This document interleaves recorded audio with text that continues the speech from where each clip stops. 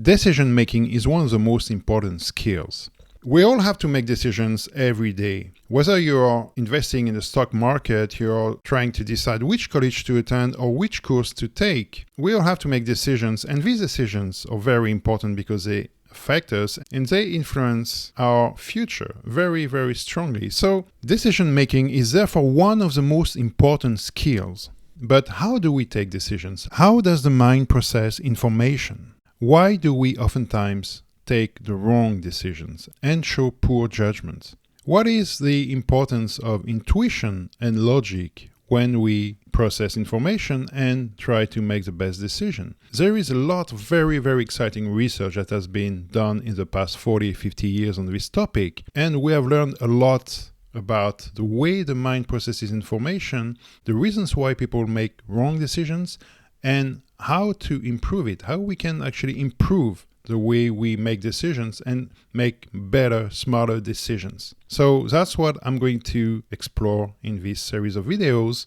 If you're interested, join in, and it's going to be a fun ride because I'm going to try to explain all of this in the simplest and easiest way for everyone to understand. You don't have to be a scientist. Everyone can learn a lot by better understanding how the mind works, how we process information, how we make decisions, and how we can improve on it, how we can make better decisions. So let's start with a few simple examples, and you're going to see right away what I mean. So let's play a little game. Let's take an example here.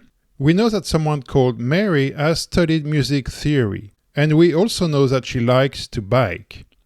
So now I'm going to ask you a simple question. Which of these is more likely? Okay, I'm going to propose 3 answers, and I want you to rank them from more likely to less likely. First one, Mary has a white bike. Second, Mary plays the piano. Third, Mary has a white bike and plays the piano.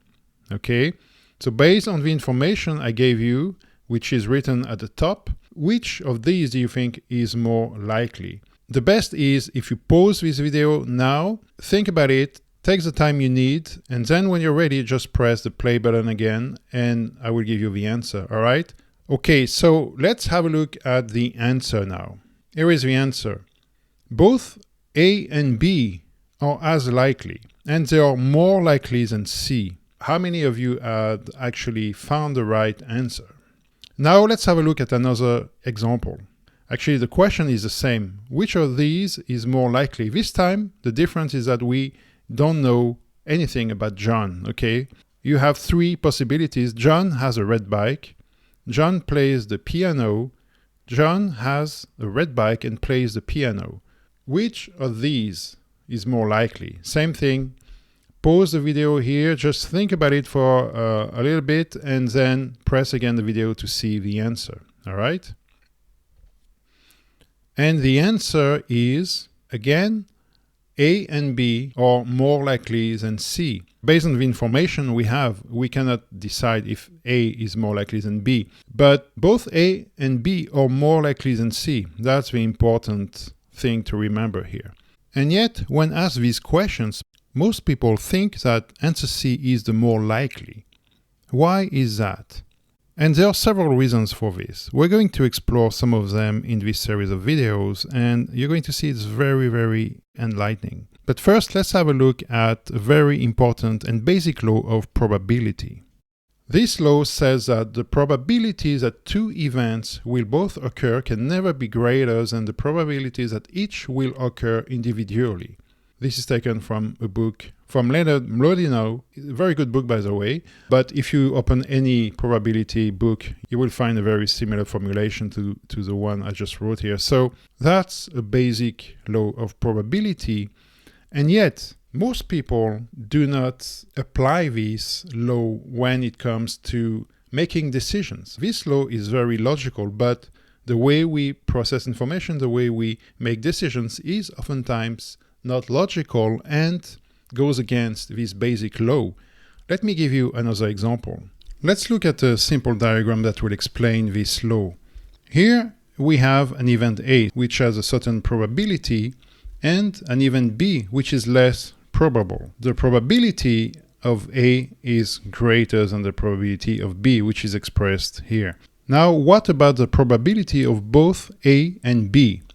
This law tells us that the probability of A and B is always less or equal than the probability of B. And this is going to be very, very useful when we are trying to make quick decisions. Let's have a look at another example. Let's roll a die.